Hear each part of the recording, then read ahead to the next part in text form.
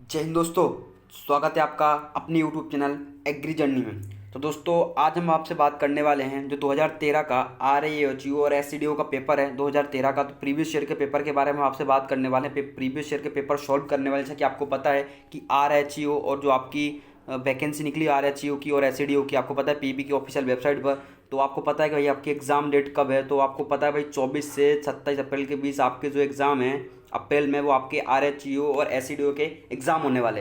तो आज हम उनके जो प्रीवियस ईयर के पेपर हैं 2013 का, तो उनके बारे में आपसे बात करने वाले हैं। जैसा कि हमने पहले भी जो पार्ट फर्स्ट था उसके बारे में हमने 100 क्वेश्चन जो थे 2013 के प्रीवियस ईयर के पेपर के पार्ट फर्स्ट के बारे में हमने आपसे बात की थी। तो पार्ट फर्स्ट आपको आई बटन पे मैं क्लिक करके आपको पास फर्स्ट की जानकारी दे दूंगा, तो आप वहां से जाकर विजिट कर सकते हैं। बाकी उसकी लिंक में डिस्क्रिप्शन दे रखी है, तो आप जाके देख लीजिएगा। तो आज दोस्तों हम आपसे पार्ट सेकंड के बारे में बात करने वाले हैं। हम पूरा एनालिसिस करेंगे पेपर का, क्योंकि आपको पता है कि बहुत ही इंपॉर्टेंट होता है प्रीवियस ईयर का पेपर। किसी भी एग्जाम का सबसे इंपॉर्टेंट होता है क्या, उससे अपने को पता लग जाता है भाई एग्जाम पैटर्न कैसा है। तो एग्जाम पैटर्न के बारे में अपने को उसकी जानकारी पता लग जाती है। तो हम आज उसी पेपर के का जो 2013 का आपका प्रीवियस ईयर का पेपर है, तो पूरा एनालिसिस करने वाले हैं किस टाइप से कैसे क्वेश्चन आते हैं। क्योंकि आपको पता है कि टाइम कम है, तो बिल्कुल पढ़ाई अपने को स्ट्रेटेजी बनाकर करनी पड़ेगी। तो उसके बारे में आपसे इसमें बताने वाले कि किस प्रकार से आपको तैयारी करनी है और कौन कौन से क्वेश्चन किस प्रकार के क्वेश्चन आते हैं। तो चलिए हम एनालिसिस करते हैं। जैसा कि आप देख सकते हैं हमने पहले भी 100 क्वेश्चन सॉल्व कर लिए, तो अब हम 100 क्वेश्चन और सॉल्व करने वाले हैं।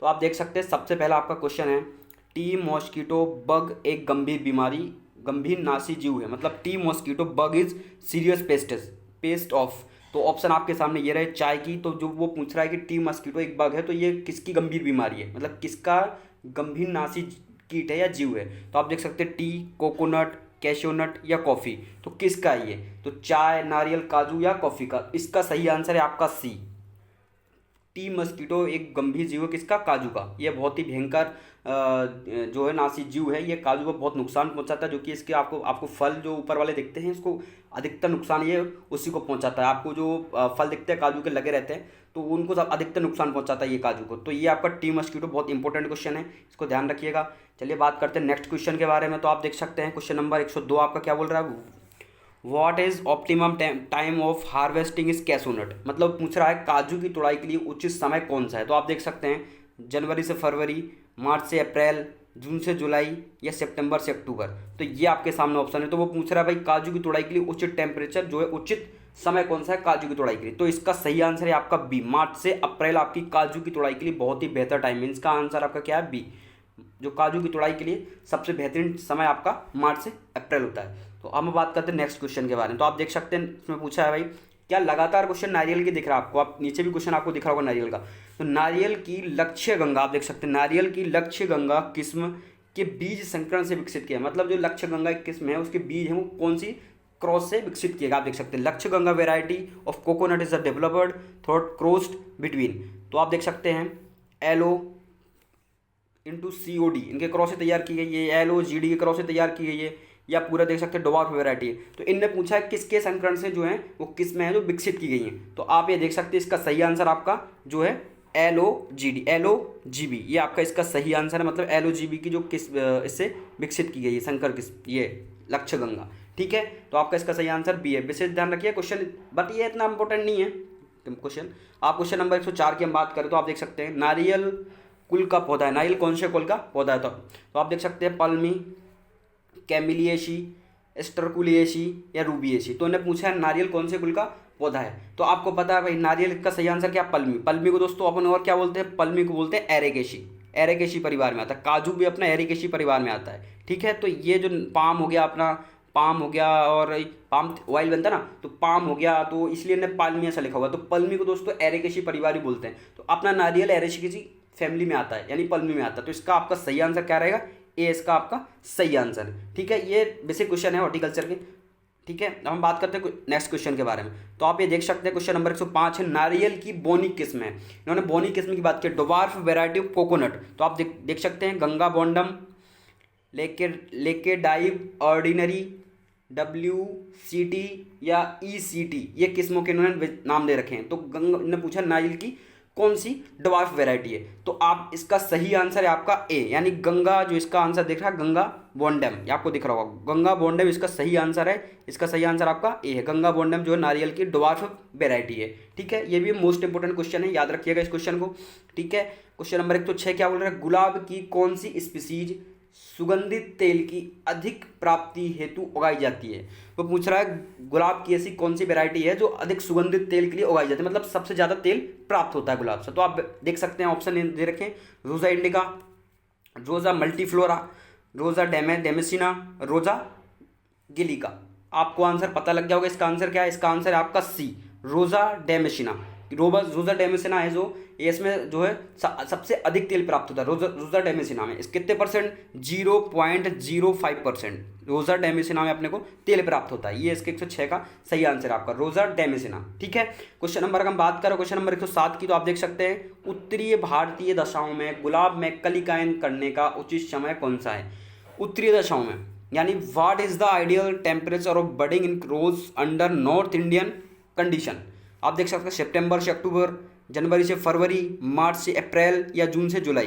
तो ये पूछ रहा है उत्तरी दशाओं में गुलाब में कलिकायन करने यानी बर्डिंग करने का। तो बर्डिंग करने का गुलाब में बेस्ट टाइमिंग क्या है आपकी, तो आपको पता लग गया इसका सही आंसर है आपका सितंबर से अक्टूबर। गुलाब में बर्डिंग करने का वो नॉर्थ इंडिया में सबसे बेहतरीन और सबसे उचित टेम्परेचर आपका ये रहता है, टाइमिंग रहती है सितंबर से अक्टूबर। तो आपका इसका सही आंसर क्या है, ये बहुत इंपॉर्टेंट क्वेश्चन है दोस्तों, गुलाब का बडिंग के बारे में बहुत इंपॉर्टेंट है, कलिकायन के बारे में। तो इसको याद रखिएगा आप, क्योंकि प्रीवियस ईयर के जो क्वेश्चन है वो दोहराए भी जाते हैं। ठीक है, क्वेश्चन नंबर 108 क्या बोल रहे हैं, गुलाब में काली चिट्टी रोग का कारक जीव कौन सा है। मतलब गुलाब में जो काली चिट्टी रोग होता है तो इसके लिए कारक जीव कौन सा है। तो आप ये देख सकते हैं डिप्लोकार्पोरोजी, डिप्लोकार्पोरोजी। जो गुलाब में काली चिट्टी रोग होता है उसके लिए कारक कौन सा, मतलब जिम्मेदार कौन सा कारक है। आप देख सकते हैं ऑप्शन नंबर बी है फ्रेगेमीडियम स्पीसीज, स्पैरोथिका, पनूसा, किस्म रोजी, या इनमें से कोई, नॉन ऑफ दिस। तो 108 का आपका सही आंसर है आगरा। आगरा इसका सही आंसर ए, डिप्लोकार्पोजी रोजी, ये इसका सही आंसर आपका ए, इसका 108 का सही आंसर है। बड़े टफेस्ट नाम है इसके। और क्वेश्चन नंबर हम बात करें नेक्स्ट क्वेश्चन की, तो आप नेक्स्ट क्वेश्चन देख सकते हैं अमलताज के बारे में उन्होंने पूछा है कि अमलताज का वनस्पतिक नाम क्या है। ये बहुत ही इजी और बेसिकली क्वेश्चन है। अमलताज का वनस्पतिक नाम केसिया फिस्टुला या केसिया सैमिया, केसिया मार्जिनाटा। तो इसका आपका सही आंसर है केसिया फिस्टुला, यानी जो आपका अमलताज का बॉटनिकल नेम क्या है, वनस्पतिक नाम केसिया फिस्टुला। ये भी इंपॉर्टेंट है, याद रखिएगा इसको, एग्जाम में पूछता रहता है, कॉम्पिटेटिव एग्जाम में। ठीक है, बात करते हैं क्वेश्चन नंबर 110 की, डेलोनेक्स रीजिया का कॉमन नेम क्या है। मतलब डेलोनेक्स रीजिया तो आप बेसिकली जो बॉटनिकल नेम दे रखा है तो इसका कॉमन नेम क्या है आपका। तो आप देख सकते हैं कचनार है ना, बॉटल बुरुश या मुलश्री। तो इन्होंने इसमें पूछा है कि भाई जो आपका इसका डेलोनेक्स रीजिया का जो है बॉटनिकल नेम क्या है। तो आपको पता होगा कि भाई डेलोनेक्स रीजिया का कॉमन नेम क्या है। इनमें से तीनों में से कोई भी इसका कॉमन नेम नहीं है। तो इसका कॉमन नेम क्या है भाई, आपको पता होना चाहिए। इसका कॉमन नेम है आपका गुलमोहर। ये गुलमोहर का बॉटनिकल नेम है, किसका, गुलमोहर का। आपने पढ़ा होगा डेलोनेक्स रीजिया गुलमोहर का बॉटनिकल नेम है। गुलमोहर, जिसको अपन गुलमोहर बोलते हैं, बहुत ही सुंदर वृक्ष होता है गुलमोहर का, ये झाड़ी होती है, वृक्ष होते हैं, तो बहुत ही इंपॉर्टेंट होता है ये गुलमोहर। ठीक है, तो आपने देख लिया किसका है, डेलोनेक्स रीजिया गुलमोहर का। मतलब इसका सही आंसर आपके क्या है, डी, नॉन ऑफ दिस। ये आपको दिख रहा है, नॉन ऑफ दिस इसका सही आंसर है। हम बात करते हैं क्वेश्चन नंबर 111, बोगनवेलिया। बोगनवेलिया का प्रवर्धन किसके द्वारा किया जाता है। प्रवर्धन किसके द्वारा होता है, बोगनवेलिया का सीड के द्वारा। आप देख सकते हैं सीड द्वारा, सॉफ्ट वुड कटिंग या मृदु कास्ट कलम बोलते हैं इसको, हार्ड वुड कटिंग, इसको कठोर कलम बोलते हैं, या एनार्चिंग। तो बोगनवेलिया का प्रबंधन किसके द्वारा किया जाता है। बोगनवेलिया का प्रबंधन पूछा किसके द्वारा किया था, उसका सही आंसर हार्ड वुड कटिंग यानी कठोर कास्ट कलम के द्वारा। इसका सही आंसर है आपका सी, बोगनवेलिया का प्रबंधन। ये मोस्ट इंपोर्टेंट क्वेश्चन है, याद रखिएगा कि कॉम्पिटेटिव एग्जाम में बहुत ही बेसिकली क्वेश्चन है। हॉर्टिकल्चर में बार बार ये क्वेश्चन कई बार दोहराए गए हैं, तो आप याद रखिएगा इन क्वेश्चन को।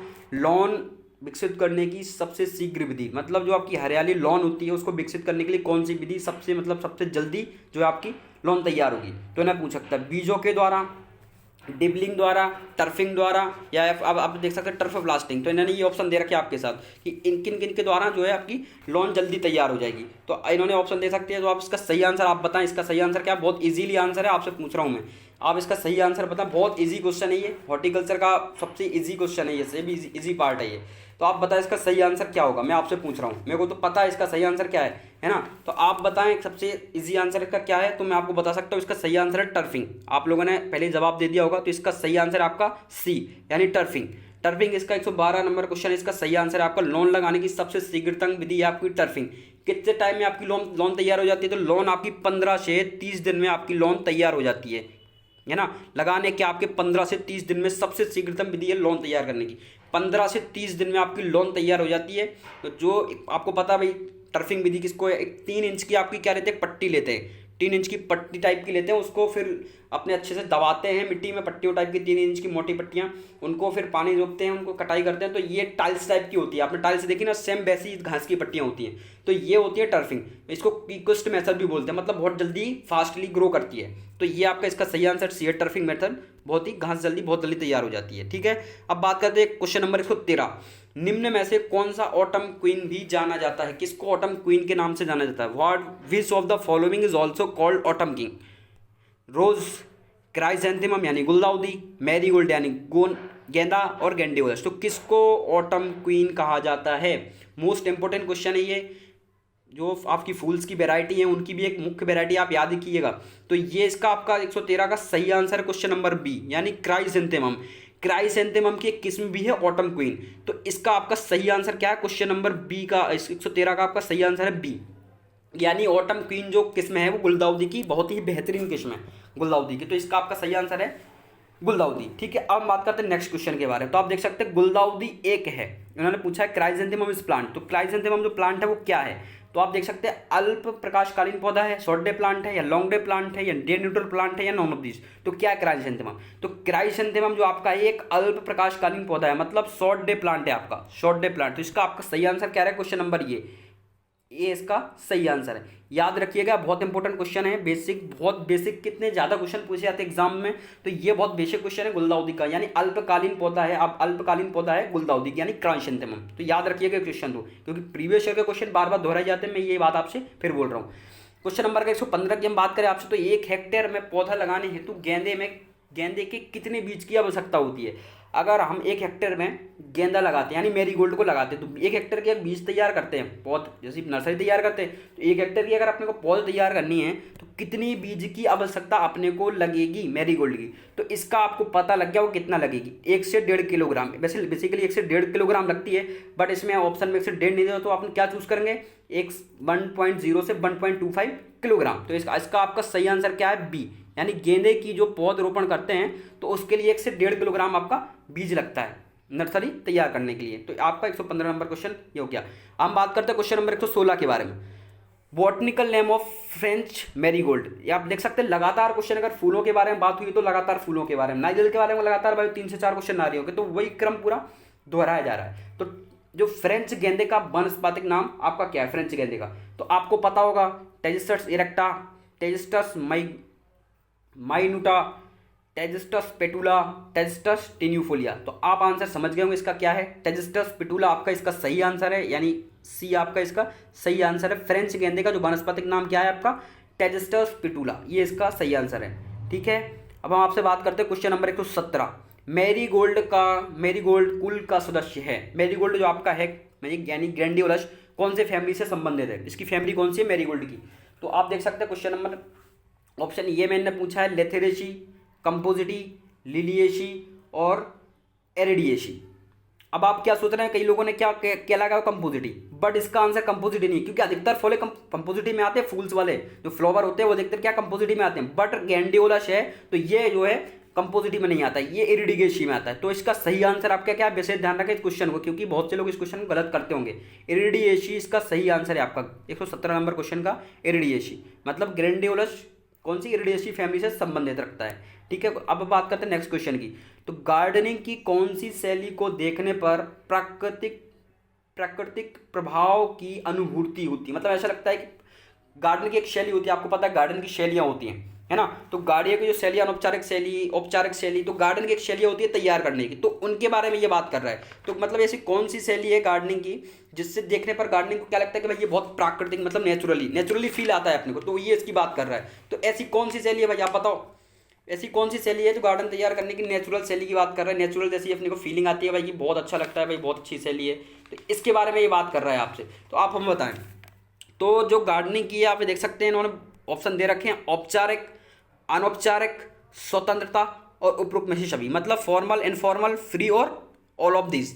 तो आप समझ गए होंगे इसका आंसर क्या है। अपने को प्राकृतिक अनुभूति अगर हो रही है, नेचुरल अपने को लग रहा है कि भाई बहुत नेचुरल ही है, तो वो स्वतंत्र शैली है, तो वो स्वतंत्र शैली की गार्डन है, वो स्वतंत्र शैली का गार्डनिंग। आपको पता है भाई औपचारिक अनौपचारिक शैली के दो गार्डन होते हैं, ठीक, ये तीन शैलियां होती है। कौन कौन सी? औपचारिक आपने देख लिया, औपचारिक, अनौपचारिक और स्वतंत्र। तो इन शैलियों में क्या होता है कि भाई अलग अलग गार्डन होते हैं। जैसे फॉर्मल गार्डन, तो फॉर्मल गार्डन कौन कौन सी, ये क्वेश्चन पूछता है, ऑप्शन दे देता है भाई इनमें से कौन सा गार्डन फॉर्मल गार्डन है, तो ऑप्शन दे देगा वो Japanese garden, rose garden, English garden या पर्शियन गार्डन, तो ये ऑप्शन दे देगा वो। तो अपने को चूज करना पड़ेगा कि भाई कौन इनमें से फॉर्मल है, कौन इनफॉर्मल है, कौन से फ्री है, मतलब स्वतंत्रता शैली का है, ठीक है। तो वो इस टाइप से क्वेश्चन पूछता है। तो हम आपको बताने वाले हैं कि जो औपचारिक शैली के गार्डन है वो कौन कौन से हैं। तो एक आपका पर्शियन गार्डन है और एक आपका मुगल गार्डन। आपने मुगल गार्डन के बारे में सुना होगा, है ना। तो ये जो आपका मुगल गार्डन आपको पता है पिंजौर हरियाणा में है। तो मुगल गार्डन की आपने बात की तो एक मुगल गार्डन होता है और एक पर्शियन गार्डन होता है। ये दो गार्डन होते हैं जो औपचारिक शैली के आते हैं। ध्यान रखें दोस्तों, गहराई से आपको बता रहा हूँ क्वेश्चन, है ना। औपचारिक शैली के कौन कौन से, मुगल गार्डन हो गया आपका और पर्शियन गार्डन हो गया। अब हम आप बात करते हैं आपसे इनफॉर्मल गार्डन की, जो अनौपचारिक शैली के होते हैं। तो अनौपचारिक शैली के कौन कौन से, तो जापानीज गार्डन, जिसको अपन पैगोडा, इसमें एक विशेषता होती है जापानीज गार्डन की, पैगोडा मतलब शिवालय, शिवालय बना होता है जापानीज गार्डन में, शिवालय बना होता है, तो इसको अपन पैगोडा बोलते हैं। तो इनफॉर्मल स्टाइल का जो गार्डन होता है वो कौन सा होता है, जापानीज स्टाइल। इसको इसके सामने आपको क्या याद रखना है, अनौपचारिक शैली गार्डन कौन सा है, जापानीज गार्डन। आपका जो जापानीज गार्डन है वो अनौपचारिक शैली का गार्डन है।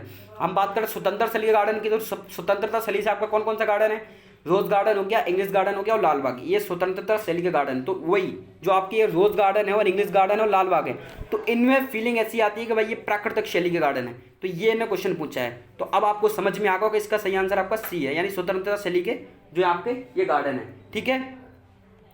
अब हम आपसे बात करने वाले नेक्स्ट क्वेश्चन के बारे में। गार्डन में ऑर्चर्ड की शरीर की कहलाती है, मतलब ये पूछ रहा है कि गार्डन में शरीर की, मतलब आप समझ रहे हैं, गार्डन में ऑर्चर्ड की, मतलब ऑर्चर्ड मतलब बगीचा। तो ये पूछ रहा है कि गार्डन में ऑर्चर्ड की शरीर की, मतलब सबसे इंपॉर्टेंट भाग क्या होता है गार्डन में। तो ये गार्डन की बात कर रहे हैं, गार्डन में सबसे इंपॉर्टेंट भाग क्या होता है। तो इसके ऑप्शन आपको दिख रहे होंगे, ट्रेलिस, पैगोडा या परगोला या बरादरी। ये इसकी बात कर, बरादरी आप समझ रहे हैं, बरादरी का मतलब जो आपका अकबर गार्डन है उसको बरादरी गार्डन भी बोलते हैं। तो ये उसकी बात कर रहा है ना। तो इसका आपका सही आंसर होगा परगोला। अब समझ गए, परगोला एक विशेषता होती है गार्डनों की, तो इसका सही आंसर आपका सी है, यानी परगोला। 119 का सही आंसर है आपका परगोला। विशेष ध्यान रखिए दोस्तों। बरादरी आपकी अकबर जो मुगल गार्डन होते हैं ना, इसमें होती है बरादरी। बरादरी मतलब आपके 12 दरवाजे, ये इनकी बात कर रहा है। तो ये आपकी क्या गार्डन की विशेषता से बहुत क्वेश्चन पूछते हैं, विशेष ध्यान रखिएगा आप। गार्डन की विशेषताओं के बारे में अपने से हर बार क्वेश्चन पूछेगा कि किस गार्डन की कैसी विशेषता है। ये एक टॉपिक है पूरा, आप देख लीजिएगा, पढ़ लीजिएगा। मैं आपको व्हाट्सएप ग्रुप पर डाल दूंगा, तो आप देख लीजिएगा, ठीक है। अब बात करते हैं क्वेश्चन नंबर 120। क्यूलिस इंडिका, ये पूछ रहा है क्यूलिस इंडिका है, पेड़ है, क्या है, क्यूलिस इंडिका क्या है, पेड़ है, झाड़ी है या लता है या शाख है। तो क्यूलिस जो इंडिका है आपकी वो क्या है, लता है, यानी आपकी क्लेम्बर है। आप ये देख सकते हैं, क्लेम्बर है आपकी जो लता है। क्यूलिस इंडिका ये आपकी एक प्रकार की लता है। तो झाड़ी और लता से भी बड़े बड़े क्वेश्चन आए, लगातार क्वेश्चन वही चल रहे हैं, आप देख सकते हैं। फूलों का सबसे बड़ा अंतर्राष्ट्रीय बाजार स्थित है, ये मोस्ट इंपोर्टेंट क्वेश्चन है, नोट कर लीजिएगा, ध्यान रखें इस क्वेश्चन को। The biggest international flower market is located by London, Germany, Aalsmeer या हांगकांग। तो ये आपके ऑप्शन दे रखे हैं, यानी आपका जो अंतर्राष्ट्रीय शैली का बाजार है फूलों का वो कहाँ पे है, तो ये पूछ रहा है। तो आपको इसका आंसर पता होना चाहिए, आपका गार्डन है वो जर्मनी में है। तो इसका आपका सही आंसर है बी, यानी जर्मनी में फूलों का अंतर्राष्ट्रीय मार्केट सबसे बड़ा है। कहाँ, जर्मनी में। आप इसको ध्यान रखिएगा 121 नंबर क्वेश्चन को। सॉरी, इसका गलत आंसर हो गया, या अल्समीर, सॉरी अल्समीर आपका, ये अल्समीर जो अंतर्राष्ट्रीय फूलों का सबसे बड़ा बाजार कहाँ है, अल्समीर में। वैसे ध्यान रखिएगा दोस्तों, मैं क्षमा चाहता हूँ इसके लिए, बट इसका सही आंसर आपका अल्समीर है, ठीक है। तो सबसे बड़ा अंतर्राष्ट्रीय बाजार आपका अल्समीर में है, ठीक है। लॉन में सबसे अधिक पाए जाने वाला नुकसानदेह खरपतवार, लॉन में यानी घास में सबसे ज़्यादा नुकसानदायक कौन होता है, जो लॉन को क्या करता है कि भाई लॉन को ज़्यादा उगने नहीं देता है, वो अपना वर्चस्व पूरा अपना ही अपना फैल जाता है, लॉन को बढ़ने नहीं देता। तो ये पूछ रहा है मोस्ट कॉमन प्रोमिनेंट बीड इन मोथा हो गया, हिरणखुरी होगी आपकी, जंगली चौलाई होगी, बथुआ हो गया। तो ये 9 ऑप्शन दे रखे हैं, बथुआ, जंगली, हिरणखुरी। तो आपको पता है कि क्या है भाई, इसका सही आंसर है आपका ए यानी मोथा। इसको मोथा का आपको बॉटनिकल नेम पता होगा, साइप्रस रोटंडस। क्या इसका बॉटनिकल नेम आपका साइप्रस रोटंडस, इसका बॉटनिकल नेम है मोथा का, विशेष ध्यान रखना। बट इसका सही आंसर भी मोथा ही है दोस्तों। मोथा क्या है, घास के लिए एक नुकसानदेह खरपतवार है, साइप्रस रोटंडस। हिरणखुरी का बॉटनिकल नेम है कॉर्न बुलबुलिश आर्बेंसिस। ठीक है दोस्तों, लिख लीजिएगा, ये क्वेश्चन पूछते रहते हैं नॉर्मली। तो कॉर्न बुलबुलिश आर्बेंसिस हिरणखुरी का। जंगली चौलाई किसका, जंगली चौलाई का आपका एविना फटुआ हो गया, और भतुए का आपको पता ही है। ठीक है, तो ये आपका इसके 122 का सही आंसर आपका मोथा हो गया। ठीक है, हम आपसे बात करने वाले 123 नंबर क्वेश्चन के बारे में। निम्न में से जैस्मीन की कौन सी प्रजाति सुगंधित तेल निष्कर्षण हेतु उगाई जाती है। जैस्मीन मतलब चमेली, ये चमेली की बात कर रहा है। तो चमेली के लिए कौन सी ऐसी प्रजाति है जो सुगंधित तेल निष्कर्षण हेतु उगाई जाती है, यानी जैस्मीनिया फिलेरेक्जाइलियन, जैस्मीनिया ऑरिकुलेटा, जैस्मीनियन ग्रैंडिफ्लोरम या जैस्मीनियम मल्टीफ्लोरम। तो ये आपके सामने ऑप्शन दे रखे हैं इन्होंने, चारों ऑप्शन दे रखे हैं। तो इनमें से वो चूज कर रहा है कि कौन सी ऐसी सुगंधित किस्म है जो तेल निकालने के लिए बहुत ही इंपॉर्टेंट है। तो इसका आपका सही आंसर है सी, जैस्मीनियम ग्रैंडिफ्लोरम, इसका आपका सी सही आंसर है। तो ये ध्यान रखिएगा, इंपॉर्टेंट क्वेश्चन है ये, जैस्मीन से भी क्वेश्चन आते हैं बहुत सारे। अब बात करते हैं क्वेश्चन नंबर 124। डहेलिया का प्रवर्धन पूछ रहा, मतलब डहेलिया इज प्रोपोगेशन वाई, यानी डहेलिया का प्रवर्धन किससे किया जाता है, कंद से किया जाता है या सल्क कंद से किया जाता है या कंदिल मूल से किया जाता है या घन कंद से किया जाता है। तो वैसे तो अगर बात की जाए तो इन चारों से भी डहेलिया का प्रवर्धन नहीं किया जाता है। चारों से किससे किया जाता है, तो किया जाता है आपका स्टेम कटिंग से। स्टेम कटिंग आपने सुना होगा, स्टेम कटिंग से आपका जो है वो डहेलिया का प्रवर्धन किया जाता है। स्टेम कटिंग आपको पता होगा, तो स्टेम कटिंग से आपका डहेलिया का प्रवर्धन किया जाता है। अब इसका आंसर जो भी लिया होगा वो पता नहीं है, बट स्टेम कटिंग से ही जो है डहेलिया का प्रवर्धन किया जाता है। ठीक है, तो क्वेश्चन नंबर 125 की हम बात करें तो गुलमोहर की सोनार बंगला किस्म, गुलमोहर की यानी डेलोनेक्स रिजिया, आपको पता होगा गुलदाउदी का बॉटनिकल नेम डेलोनेक्स रिजिया। ठीक है, तो गुलदाउदी की सोनार बंगला किस्म समूह से संबंधित है, किससे, इक्वर्ड, रिफ्लेक्साइड, स्पाइडर या पाम्पोन। तो ये किस्म की बात कर रहा है वो। तो इसका सही आंसर है आपका ए, इनकॉर्ड। जो डहेलिया की सोनार संबंधित किस्म है वो किससे, इनकॉर्ड से संबंधित है। क्वेश्चन नंबर 126 की हम बात करें तो उत्तर भारत में रजनीगंधा के कन्नों का रोपण का इष्टतम समय क्या। रजनीगंधा बहुत इंपॉर्टेंट है, इससे भी क्या किस्मों से क्वेश्चन आते हैं, कुछ गिनी चुनी किस्में हैं, बहुत ही इंपॉर्टेंट किस्में हैं रजनीगंधा की। तो उत्तरी भारत में रजनीगंधा के कन्नों का रोपण के लिए इष्टतम समय क्या है जो रजनीगंधा की। तो इसका आपका सही आंसर है जून से जुलाई, यानी जून से जुलाई में आपका जो रजनीगंधा के रोपण के लिए उत्तरी भारत में सबसे मोस्ट सुटेबल टाइम है। यानी which of the optimum time for planting bulbs is tuberous is north India. तो आपका इसका सही आंसर है जून से जुलाई, ये आप लिख लीजिएगा। बहुत इंपॉर्टेंट क्वेश्चन, रजनीगंधा से भी क्वेश्चन पूछे जाते हैं। बेसिकली क्वेश्चन रजनीगंधा की किस्मों से पूछे जाते हैं। रजनीगंधा की किस्म श्रृंगार में किस प्रकार के फूल बनते हैं। अब इन्हें कितने अंदर से क्वेश्चन पूछा है कि रजनीगंधा की एक किस्म है श्रृंगार। आपको पता है कि भाई रजनीगंधा की किन कौन सी किस्में हैं। एक आपकी अगर बात करें रजनीगंधा की किस्मों की तो श्रीनगर हो गया, आपका रजत रेखा हो गई, ये सुवासिनी हो गई, स्वर्ण रेखा हो गई। ये आपकी रजनीगंधा की कुछ बहुत ही इंपॉर्टेंट और बहुत ही महत्वपूर्ण किस्में। मैं एक बार फिर आपको दोहराता हूँ कौन कौन सी किस्में रजनीगंधा की। श्रीनगर हो गया, आपका रजत रेखा होगी, आपकी सुवासिनी हो गई, स्वर्ण रेखा होगी। इनको नोट कर लीजिए क्योंकि इनसे क्वेश्चन पूछे जा सकते हैं। रजनीगंधा की किस्म श्रृंगार में किस प्रकार के फूल बनते हैं, यानी एकल फूल बनते हैं, यानी सिंगल टाइप, सेमीडोल या डुबल या नॉन ऑफ दिस, मतलब अर्ध अतिदली या अतिदली। तो इसका आपका 127 का सही आंसर ये है, मतलब सिंगल फूल बनते हैं जो रजनीगंधा की जो श्रृंगार किस्म है उसमें क्या एकल फूल बनते हैं। ठीक है, सिर्फ एक फूल बनता है, तो ये उसकी बात कर रहा है। तो इसका आंसर आपका ए हो गया। ठीक है, हम बात करते हैं नेक्स्ट क्वेश्चन की। तो क्वेश्चन नंबर 128 क्या बोल रहा है भाई, निम्न में से कौन सा गर्मी के मौसम में नहीं उगाया जाता।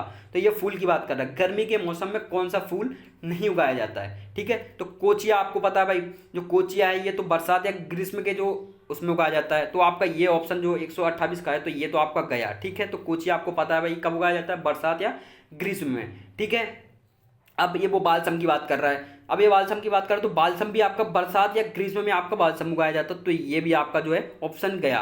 अब रह गया आपका गिलाडिया और स्वीट सुल्तान। ठीक है, तो आपका जो इसका सही आंसर गिलाडिया भी दोस्तों जो है आपका बरसात या ग्रीष्म, गिलाडिया जो है आपका ये आपका कब उगाया जाता है, शीत ऋतु में उगाया जाता है गिलाडिया। तो ये आपको नोट कर लीजिएगा, तीनों को मैंने बता दिया कि कोचिया और बालसम है जो, तो ये क्या उगाया जाता है बरसात या ग्रीष्म में, जबकि गिलाडिया आपका शीत ऋतु में उगाया जाता है। तो आपको आंसर पता लग गया होगा बेसिकली इसका आंसर क्या है। इसका आंसर है आपका डी, यानी स्वीट सुल्तान जो है गर्मियों में उगाया जाता है। तो इसका आंसर है आपका डी, स्वीट सुल्तान। ठीक है, अब बात करने क्वेश्चन नंबर 129 की। तो 29 क्या बोल रहा है भाई, निम्न में से कौन सा एक वर्षीय फूलों का पौधा स्क्रीनिंग यानी ढकने के लिए उपयोगी है, यानी ऐसा कौन सा पौधा है जो एक वर्षीय पौधों को स्क्रीनिंग या ढकने के लिए इंपॉर्टेंट है। तो स्वीट सुल्तान, स्वीट पी, एस्टर या स्वीट एलाइशम। तो 129 का आपका सही आंसर है बी, यानी स्वीट पी।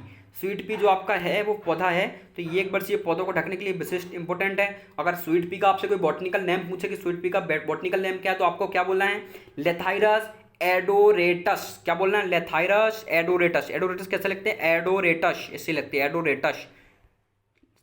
लेथाइरस एडोरेटस किसका ये है, स्वीट पी का जो है आपका बॉटनिकल नेम है। ठीक है, तो ये मैंने आपको इसकी जानकारी दे दी, तो आप इसको नोट कर लीजिएगा, बड़ा इंपॉर्टेंट क्वेश्चन है ये। स्वीट पी अगर पूछे को स्वीट पी कब उगाया जाता है, तो शीत ऋतु का फूल है आपका स्वीट पी। बात करते हैं क्वेश्चन नंबर 130 की, सुखाने हेतु सबसे उपयुक्त फूल कौन सा है, सुखाने के लिए। ठीक है, सुखाने के लिए हेतु सबसे उपयुक्त फूल कौन सा है, तो किसका है भाई, कॉस्मोसिस का, जीनिया का, या आपका स्वीट एलाइंस का, या एक्रोलाइंस का। तो ये सुखाने के लिए मोस्ट इंपोर्टेंट जो है आपका फूल कौन सा है सुखाने के लिए, विच फ्लावरिंग मोस्ट सुटेबल ड्राइंग।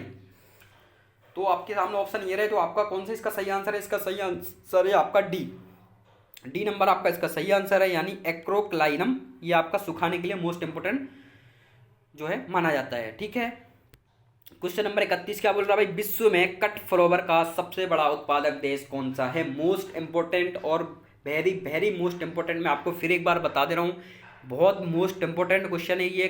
कई बार कॉम्पिटेटिव एग्जाम में जो कट फ्लावर से क्वेश्चन आया हुआ है कि विश्व में कट फ्लावर का सबसे बड़ा उत्पादक देश कौन सा है, और कई बार ये क्वेश्चन भी पूछा हुआ कि भारत में कट फ्लावर का सबसे बड़ा उत्पादक देश जो है उत्पादक राज्य कौन सा है। तो ये दो मोस्ट इंपोर्टेंट क्वेश्चन है। तो आप पहले हम इस क्वेश्चन की बात करते हैं, विश्व में कट फ्लावर में, यानी which country is the largest production is cut flower in the world. तो आपको देख रहे हो द नीदरलैंड, जर्मनी, जापान या बुल्गारिया। तो आप समझ गए होंगे इसका क्या है आंसर, इसका आंसर है आपका जर्मनी, जो आपका विश्व में कट फ्लावर में बहुत ही अहम भूमिका आपका रखता है जर्मनी, कट फ्लावर के रूप में। ठीक है, अब हम आपसे बात करते हैं किसी प्रकार में अगर क्वेश्चन पूछ ले वो कि भारत में कट फ्लावर में सबसे अधिक उत्पादन राज्य कौन सा है, तो ये भी आप नोट कर लीजिएगा कि तमिलनाडु राज्य जो अपना कट फ्लावर के रूप में सबसे इंपॉर्टेंट माना जाता है, तमिलनाडु, पश्चिम बंगाल। ठीक है, ये आपके दो हैं, तमिलनाडु हो गया और पश्चिम बंगाल हो गया। तो ये आपके भारत में कट फ्लावर में बड़े ही महत्वपूर्ण राज्य माने जाते हैं। ठीक है, 131 नंबर क्वेश्चन का मैंने आपको आंसर दे दिया, क्या है, जर्मनी जो है आपका कट फ्लावर के रूप में सबसे बड़ा उत्पादक देश माना जाता है। ठीक है, अब क्वेश्चन नंबर अगर 132 की आपसे बात करें, तो भारत का कौन सा शहर सिटी ऑफ गार्डन। आप क्वेश्चनों को समझ रहे हैं कि किस प्रकार से क्वेश्चन आ रहे हैं, ये बड़ा इंपॉर्टेंट है क्वेश्चनों को समझना कि सबसे ज्यादा जो आपके क्वेश्चन हैं वो हॉर्टिकल्चर से उठे हुए हैं। और हॉर्टिकल्चर के कौन से भाग से उठे हैं, फूलों की खेती हो गया, या आपकी बेसिकली फल के वगैरह से, कुलों से, और अधिकतर गार्डनिंग से या फॉर्मल गार्डन से अधिकतर क्वेश्चन उठे हुए हैं आपके। तो मोस्ट इंपोर्टेंट है, आप इनको विशेष ध्यान से पढ़िएगा। भारत का कौन सा शहर सिटी ऑफ गार्डन, आप समझ गए होंगे भाई भारत का ऐसा कौन सा राज्य जिसको सिटी ऑफ गार्डन कहा जाता है ना। आप ध्यान रखिए, आप चंडीगढ़ मत लगाएं, क्योंकि मेरे को पता है बहुत से लोग चंडीगढ़ चूज कर रहे होंगे, बट चंडीगढ़ नहीं, इसका आंसर है आपका बेंगलोर, बी। जो आपकी सिटी ऑफ गार्डन है किसको कहा जाता है भाई, बेंगलोर को आपका सिटी ऑफ गार्डन कहा जाता है। ठीक है, हम आपसे बात, आपको एक भी क्वेश्चन है, ये भी बहुत इंपॉर्टेंट क्वेश्चन है भाई, बेंगलोर में जो आपका कौन सा गार्डन है, आप हमें बताएं, बेंगलोर में आपका जो है कौन सा गार्डन है भाई बेंगलोर में, ये बहुत इंपॉर्टेंट क्वेश्चन है भाई। बेंगलोर में कौन सा आपका गार्डन है, आप हमें बताएं। तो बेंगलोर में मैं आपको बता देता हूं, ठीक है, बेंगलोर में आपका लाल बाग है। जो आपके अगर कोई पूछ रहे भारत में कौन सा गार्डन है, तो आपका लाल बाग। लाल बाग कहाँ पे है, बेंगलोर में। विशेष ध्यान रखिएगा दोस्तों इस क्वेश्चन को, लाल बाग आपका बेंगलोर में है, क्वेश्चन इससे पूछे गए हैं। बेंगलोर कहाँ है, तो आपका लाल बाग में। ठीक है, और चंडीगढ़ में कौन सा गार्डन है भाई, चंडीगढ़ में आपका हो गया रॉक गार्डन। ये से क्वेश्चन क्या है, बहुत बेसिकली क्वेश्चन है, क्योंकि इसी क्वेश्चन आए तो मैं आपसे इसी की बात कर रहा हूँ कि चंडीगढ़ में आपका है रॉक गार्डन, बेंगलोर में आपका लाल गार्डन हो गया। तो ये आपको मैंने दोनों की जानकारी दे दी। ठीक है, बाकी दो ऑप्शन में उसमें कोई खास नहीं है, बट ये दोनों आपके इंपॉर्टेंट थे, तो इसमें से आपका बी आपका सही आंसर है। जो आपका लाल सिटी ऑफ गार्डन कहा जाता है वो बेंगलोर को कहा जाता है। ठीक है, अब क्वेश्चन नंबर 133 क्या बोल रहा है भाई, क्वेश्चन नंबर 133 में जानकारी दी गई है रॉक गार्डन की पूछ रहा है वो। रॉक गार्डन स्थित है, मैंने अभी बात की आपसे, जस्ट ही मैंने आपको ऊपर ही बताया रॉक गार्डन कहाँ है भाई। तो रॉक गार्डन आपको पता लग गया चंडीगढ़ में आपका जो है रॉक गार्डन, इसका सही आंसर आपका सी इसका सही आंसर, चंडीगढ़ में आपका रॉक गार्डन है। तो मुंबई की अगर हम बात करें तो मुंबई में आपका हैंगिंग गार्डन है। कौन सा? हैंगिंग गार्डन मुंबई में सबसे फेमस है ये हैंगिंग गार्डन। तो मुंबई में आपका जो है हैंगिंग गार्डन है। ठीक है, तो ये गार्डन की मैंने आपको जानकारी दे दी। ठीक है, ठीक है। अब बात करते हैं नेक्स्ट क्वेश्चन की। बरादरी, देखिए सबसे इंपॉर्टेंट, ऊपर भी ये क्वेश्चन आया हुआ था कि बरादरी एक दरवाजे वाली वितरण संरचना है। तो जो बरादरी है ये कहाँ फेमस है? यानी बरादरी मैंने आपसे बात की थी भाई, बरादरी किसमें? मुगल गार्डन है आपके बरादरी के लिए, पर्शियन गार्डन है। तो ये इसका आपका सही आंसर है डी, यानी 12 इसका सही आंसर है। कितना? 12। बरादरी से आप समझ गए होंगे, बरादरी का मतलब 12 की बात कर रहा है वो, और मुगल गार्डन की विशेषता है बरादरी। ठीक है, हम आपसे बात करते हैं क्वेश्चन नंबर 135 की। निम्न में से कौन सा एक धनिया की किस्म नहीं है? ये धनिया की किस्म की बात कर रहा है। तो पंत हरितिमा, हिसार सुगंधा और राजेश क्रांति। तो ये आपकी जो तीनों किस्म हैं, ये तीनों मैं बात कर रहा हूँ तीनों किस्मों की, तीनों आपकी धनिया की किस्म जो हैं तीनों, पंत हरितमा और हरीश सुगंधा और राजेश क्रांति, ये तीनों धनिया की किस्म है। बट इनमें से कौन सी धनिया की किस्म नहीं है? आप समझ गए, ग्वालियर 5365 है, ये आपकी जो किस्म है ये आपकी धनिया की किस्म नहीं है। तो इसका आपका सही आंसर क्या होगा? सी आपका इसका 135 नंबर क्वेश्चन का सही आंसर होगा। यानी धनिया आपकी जो है ग्वालियर आपकी ये 5365 की किस्म नहीं है। अब हम बात करते हैं क्वेश्चन नंबर 136।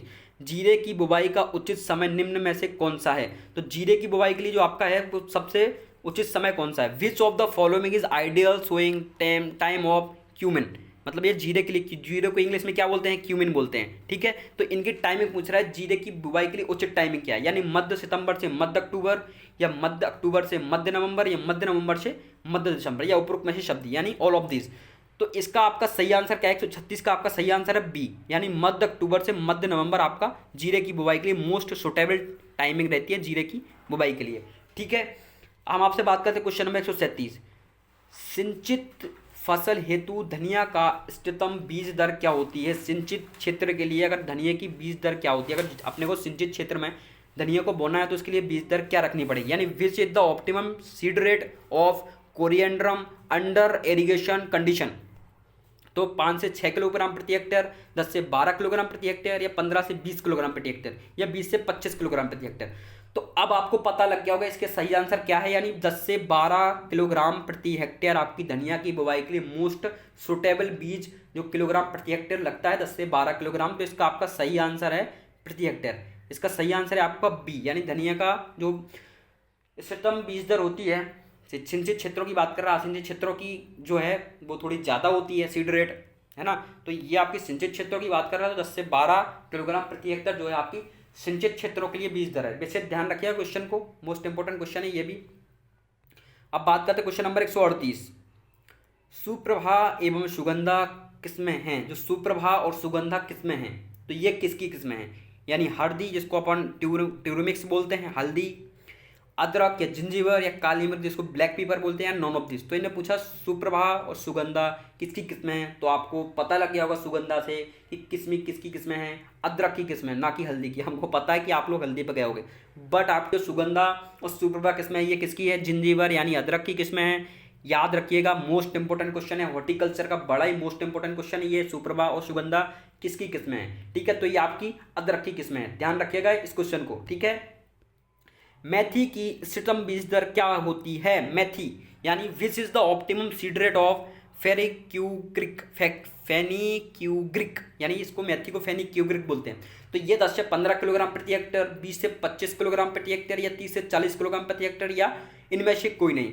तो मेथी की जो इष्टतम बीज दर होती है वो आपकी 20 से 25 किलोग्राम प्रति हेक्टेयर होती है। अब आपको पता लग गया होगा इसका आंसर क्या है, 20 से 25 किलोग्राम प्रति हेक्टेयर इसका सही आंसर है। यानी मेथी के लिए इष्टतम तापमान का 20 से 25 किलोग्राम प्रति हेक्टेयर आपका लगता है। ठीक है, लौंग में पौधे का कौन सा भाग मसाले के रूप में उपयोग किया जाता है? यानी लौंग आपने देखी होगी, तो लौंग में मसाले के लिए कौन सा भाग उपयोग किया जाता है? Which plant part of clove in use as a species. ठीक है, तो मसाला स्पीसीज यानी क्या होता है? मसाला। तो लीफ, मेरिस्टेम, या फ्लावर बर्ड, या पेटल्स किनका, पंखुड़ी का, किनका उपयोग किया था भाई? पत्तियों का, तने के अग्रभाग का, या फूल कलिका का, या पंखुड़ी का। आप इसको देख के बिल्कुल समझ गए होंगे इसका मैं आंसर क्या है, कि लौंग का जो भाग है उसका किसका उपयोग किया जाता है ना। तो आपका सही आंसर है ये फूल की कलिका यानी फ्लावरिंग बड। तो आपकी जो लौंग होती है इसका फ्लावरिंग बड का उपयोग किया जाता है मसाले के रूप में उपयोग किया जाता है। ठीक है, अब धनिया कौन से कुल का सदस्य है? Coriandrum is a member of family, यानी धनिया कौन से कुल से है? अम्बेलिफेरी, कंफोजिटी, लेग्यूमिनेसी या जिंजिबेरेसी। भाई जिंजिबेरेसी तो होने वाला है नहीं, क्योंकि जिंजिबेरेसी में आपके अदरक आते हैं। लेग्यूमिनेसी में आपको पता है कि भाई दलहन, जो लेग्यूमिनेसी में आपकी दलहन ही आती हैं, और भी बहुत सारी सब्जियां आती हैं लेग्यूमिनेसी में। कंपोजिटी में आपको पता है भाई बहुत सारे फ्लावर्स आते हैं। तो इसका आपका आंसर आपको पता लग गया होगा, अम्बेलिफेरी आपका सही आंसर है धनिया का। यानी धनिया कौन से कुल में आती है? अम्बेलिफेरी में आपकी जो है धनिया आती है। इसका सही आंसर क्या है? ए, यानी अम्बेलिफेरी। ठीक है, जब बहुत क्वेश्चन पूछे उन्होंने, फैमिली से भी बहुत क्वेश्चन पूछे हैं। कौन से राज्य में बीजीएम मसाला फसलों के अंतर्राष्ट्रीय सर्वाधिक क्षेत्रफल है? भाई ये मोस्ट इंपोर्टेंट क्वेश्चन है, नोट कर ले इस क्वेश्चन को आप। मैंने एक क्वेश्चन पहले भी आपको बताया था, और ये भी क्वेश्चन आपको बता रहा हूँ कि बड़ा ही मोस्ट इंपोर्टेंट क्वेश्चन है कि कौन से राज्य में बीजीएम मसाला फसलों के। मेरे को पता है कि आप लोग आंसर क्या इसका लगाने वाले हो, मैं आपको बिल्कुल बिल्कुल समझ रहा हूँ। आपने कुछ पढ़ा होगा तभी आप इसका सही आंसर लगा पाओगे। कौन से राज्य में बीजीएम मसाला फसलों के अंतर्गत सर्वाधिक क्षेत्रफल है? आंध्र प्रदेश में है, केरला में है, राजस्थान में या उत्तर प्रदेश में? अब पता है, मैं बताऊँ आपको, बहुत से लोग आंसर क्या लगाने वाले, हैं केरल। मैं आपको बता रहा हूँ, आपने अगर पढ़ा होगा तो ये आप सही आंसर लगा पाओगे। केरल नहीं है दोस्तों इसका सही आंसर। इसका सही आंसर है आपका राजस्थान। वो क्या पूछ रहा है? बीजीएम मसाला फसलों के अंतर्गत सर्वाधिक क्षेत्रफल है राजस्थान में। ये आपका राजस्थान में सर्वाधिक क्षेत्रफल है बीजीएम मसाला जो है अंतर्गत क्षेत्रफल सबसे ज़्यादा कहाँ आता है? राजस्थान में। तो 142 का जो आपका सही आंसर है, कुछ सी आपका इसका सही आंसर है। ठीक है, हम आपसे बात करने वाले हैं क्वेश्चन नंबर 143, यानी एलोवेरा का प्रवर्धन होता है। एलोवेरा जो आपका है घृत कुमारी जिसको बोलते हैं, आपको पता है हिंदी में इसको क्या बोलते हैं? घृत कुमारी।